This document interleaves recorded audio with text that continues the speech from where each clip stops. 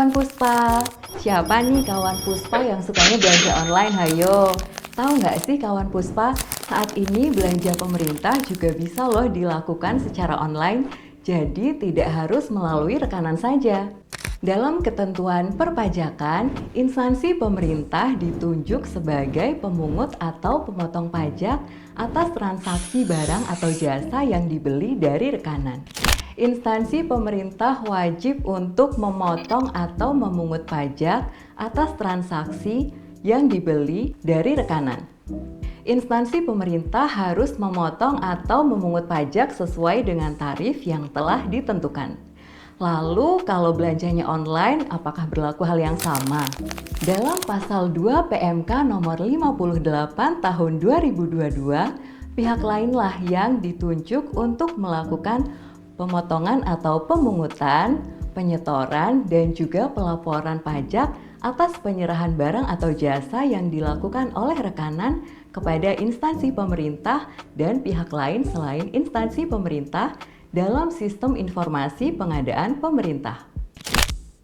Pihak lain merupakan marketplace pengadaan atau retail daring pengadaan yang terlibat langsung atau memfasilitasi transaksi antar pihak yang bertransaksi melalui sistem informasi pengadaan pemerintah yang telah ditetapkan oleh kepala lembaga pemerintah yang bertugas mengembangkan dan merumuskan kebijakan pengadaan barang atau jasa pemerintah atau yang telah ditetapkan oleh pejabat instansi pemerintah yang bertugas untuk membuat pedoman pengadaan barang atau jasa.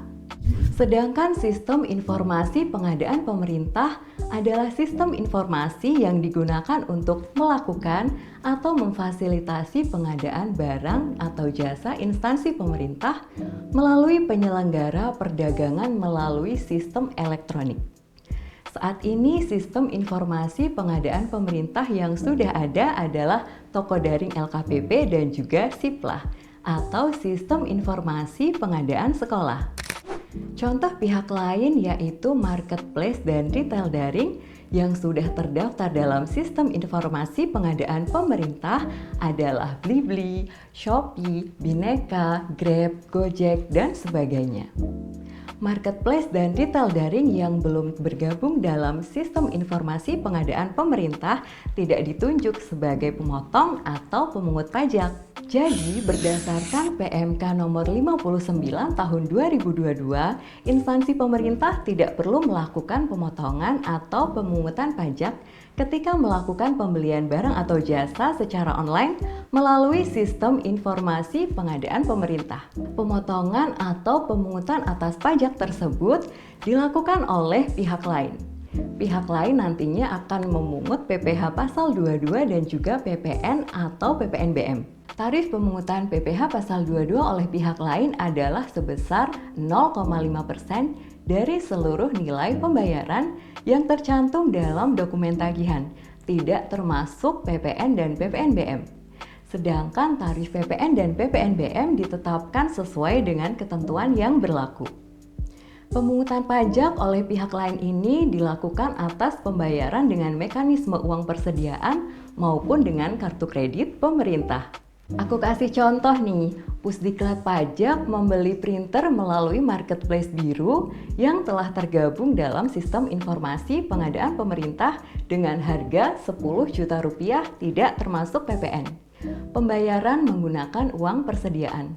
Atas pembayaran tersebut, Pusdiklat Pajak tidak perlu melakukan pemungutan PPh pasal 22 dan juga PPN. Kewajiban pemungutan pajak beralih ke marketplace biru selaku pihak lain.